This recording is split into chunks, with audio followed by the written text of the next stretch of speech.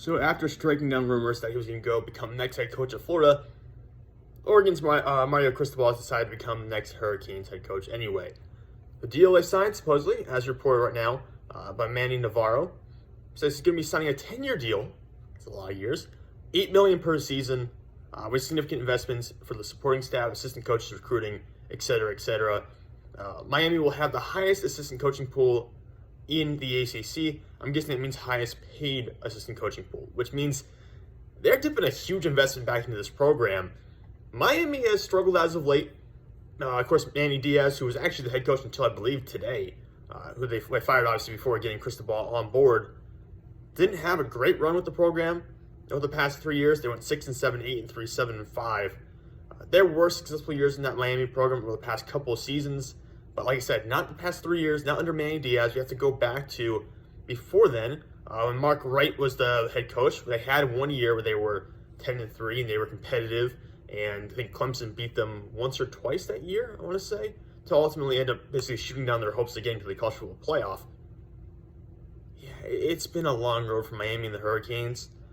This is obviously a historic program that had a lot of talent going through the doors. I think Devin Hester, Sean Taylor, Andre Johnson. There's so many guys in the early 2000s where Miami Hurricanes had turned into great NFL players. And it just has not been the same production recently. They have not gotten the same level of talent to get to both college football and then to the NFL. I don't know, it's just the name brand not working anymore. I don't know, it's guys who are in-state going to Florida State or going to Florida recently instead of going to Miami, even though Florida wasn't good this year. Florida State wasn't good this year. Florida State hasn't been good for a little while.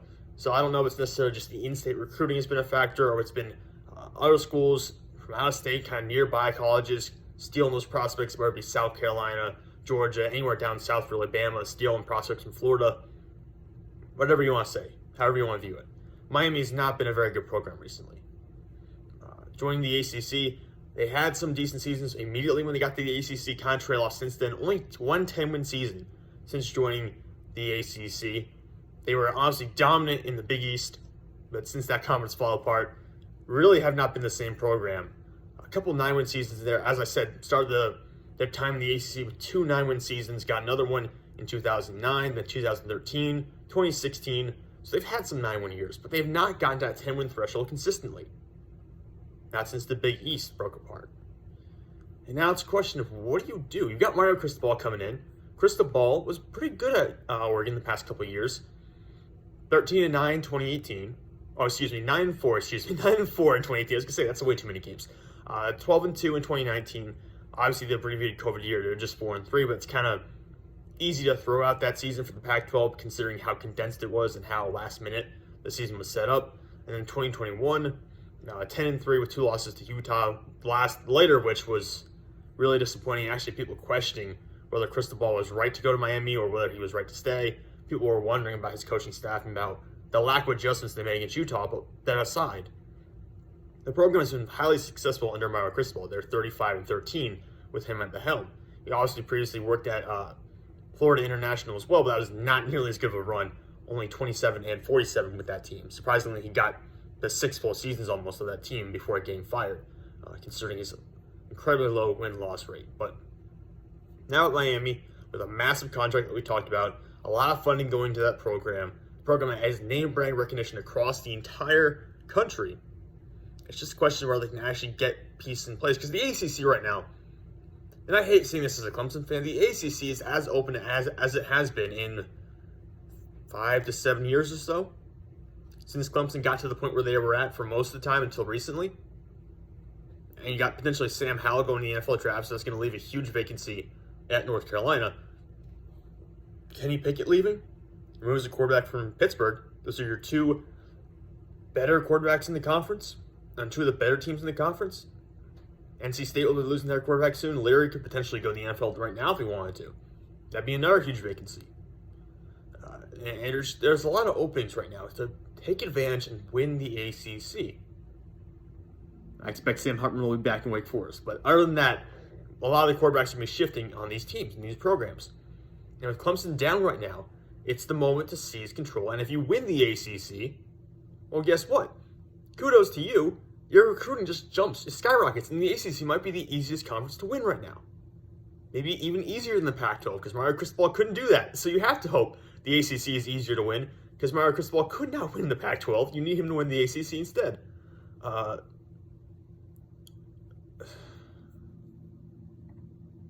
don't know. I don't know where you start. I mean, obviously, putting the money into the program is huge. That's where it all has to come from initially. But going on, moving forward, part of it is luck. Part of it is just hoping guys buy into what you're selling them, in terms of recruiting at least. Cristobal has certainly had some great players come to Oregon. I think about Kevon Thibodeau, Noah Sewell, Penei Sewell. They got some good players who have come through those doors while Mario Cristobal has been there. Verone McKinley, Mikael Wright. There's a lot of good players who have been in that program recently. It's just a question of whether I can get the same level of guys to Miami. And frankly, well, Oregon was good this year. Oregon was not dominant. I mean, they lost to Utah twice. If Oregon played in the SEC, I'm not trying to say the SEC is the ultimate conference. I don't want to get into that discussion today. But the SEC had Georgia, they have Alabama. It's kind of a top-heavy conference. Oregon's not beating either one of those teams. So, you think about Mario Cristobal playing Pac-12, playing ACC, two of the weaker conferences right now, has to find a way to win. And I think he can. But again, it comes down to recruiting is so huge. And the transfer portal, the transfer portal might be even bigger than recruiting at this point. Because you can get guys who you know are proven factors to come in and play well for you. And I think that's what you have to focus on this year. Or at least hope that this year, in the offseason, you can start getting guys to buy into this program. Get guys to buy in to what you're selling at Miami. It's going to be a new Miami. It's going to be a renewed Miami. You're going to have a program that's going to be better moving forward. There's certainly some hope. Tyler Van Dyke was pretty good this year. I think there's some hope that he can continue to improve. Charles Rambo will probably be going to the NFL, but he's an example of why the transfer portal is so important. He's your top receiver, over 1,100 receiving yards, came from Oklahoma. And this is his first year in Miami. You get guys like that consistently through the transfer portal, or at least get a few of them this year in the transfer portal, it would be huge. So Mario Cristobal has to get to work immediately. Talking about Oregon, though, one of the fun things that could happen in Oregon, they need a head coach now. It's a little bit late in the coaching cycle. Florida already has their man. Oklahoma's got theirs. USC has theirs. Notre Dame has theirs. They've all kind of figured it out so far at this point. If you're Oregon, do you chase Chip Kelly? Or do you at least, do you consider talking to Chip Kelly? Is there some behind the scenes conversations that go on there? Chip Kelly at UCLA not had a particularly great track record so far, just 18-25. By far had his best season this year. They went 8-4, and obviously UCLA was ranked early in the year. They had a couple of good wins on the schedule. Do you talk to him and say, hey, want to come back? Want to try it again? One more go? Because obviously he was very successful in Oregon in the early 2010s. He coached there from 2009 to 2012. During that time, they were 46-7. They lost the BCS championship game. They won a Rose Bowl. They won a Fiesta Bowl. They lost a Rose Bowl. So every year, competing in these huge games. Even in 2009, 3 losses, 1 loss in 2010, 2 losses in 2011, 1 loss in 2012. It was an exceptional run. And Chip Kelly runs a fun style of offense that might mesh well with what they have at Oregon right now. I can't really say for sure. But you have to at least talk to Chip Kelly. I understand Chip Kelly kind of has faded to the background. I'm not sure how many people even realize he's the UCLA head coach at this point. But you got to consider at least talking to him, right? There's got to be some relationships there that are still in place where he can go and potentially raise the status of this program once again. Because right now, if you're Oregon, unless you're hiring from within, which you very well could, how many other great head coaches are on the market? Lane Kiffin's staying at Ole Miss. Most of the top coaching candidates have already found jobs. And there's a reason for that. If you're Oregon, you're in the Pac-12, you have to deal with the fact that you've got some guys coming over who might make life a little bit more difficult for you.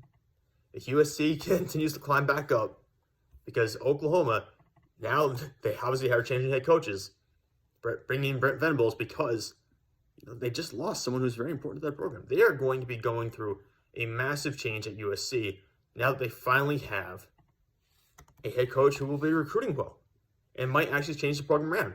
Think about all the success Oklahoma had for years.